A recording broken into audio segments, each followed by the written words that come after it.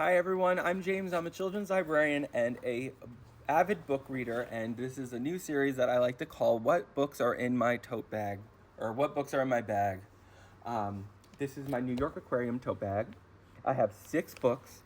I have my little puppy Squish here, and we're going to go through it. The first book that I have in my bag is A Song for You and I, which is a brand new release by this author and illustrator. And fun fact is one of my first ever graphic novel book discussions as a children's librarian was for the Aquacorn Cove book that they have released as well. So I'm a huge fan of this creator. Love The Moth Keeper. And I'm so excited to get into this release. Gorgeous, gorgeous. Okay, next one. Another new release is I Leave It Up to You. Jack Jr. wakes up from a coma after 2 years, and his whole life is just gone.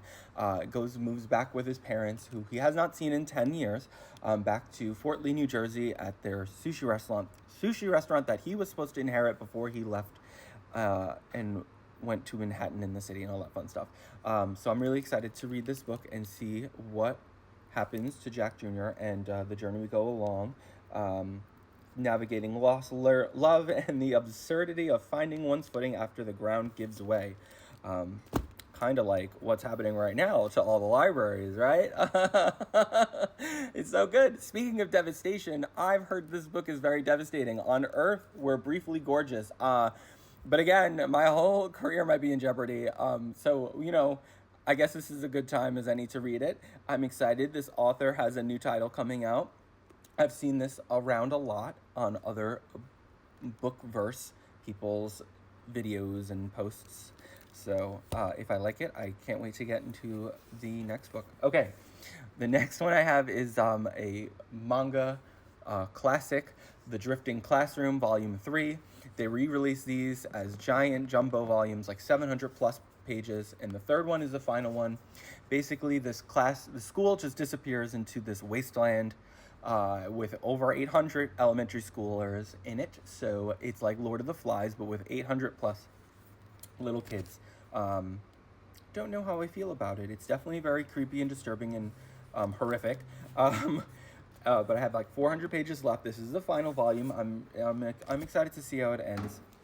The next book that I have in my bag is Strange Pictures, which is the Japanese mystery horror sensation. It says, and it's filled with, as you can guess, these strange pictures all throughout the books. So I'm excited to get into it. It should be a quick read, and I'm excited. I don't know what to say. I'm just excited. And the last book in my bag is The Nightingale, and this is recommended to me by my colleague Sam, who read this book and loved it and told me I have to read it, so I'm going to. And while she was reading it, she used this really cool bookmark of this book cart, and I was like, that's a really cool bookmark, and I have a bookmark collection.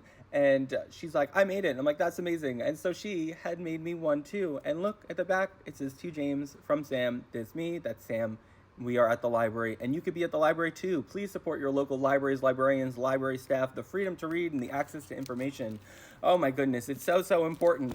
Even though it seems like the powers that be don't think it's that important. It kind of really is. But what can you do? These are the books in my bag. If you would like to support me, a queer children's librarian, booktuber nonsense. Oops, not booktuber. Bookstagrammer. Book talk. This is a book talk. You can check out my bio and see everything else I've been reading and working on. I'm gonna have to censor out the parts where I say the other book things. Otherwise, TikTok is not going to show anybody these videos probably. Okay, well, do you share any of these in common with me? Are they also in your tote bag of books? Are any similar reads, any recommendations? Let me know. If not, I don't know, or don't. I'm not sure. Okay, bye.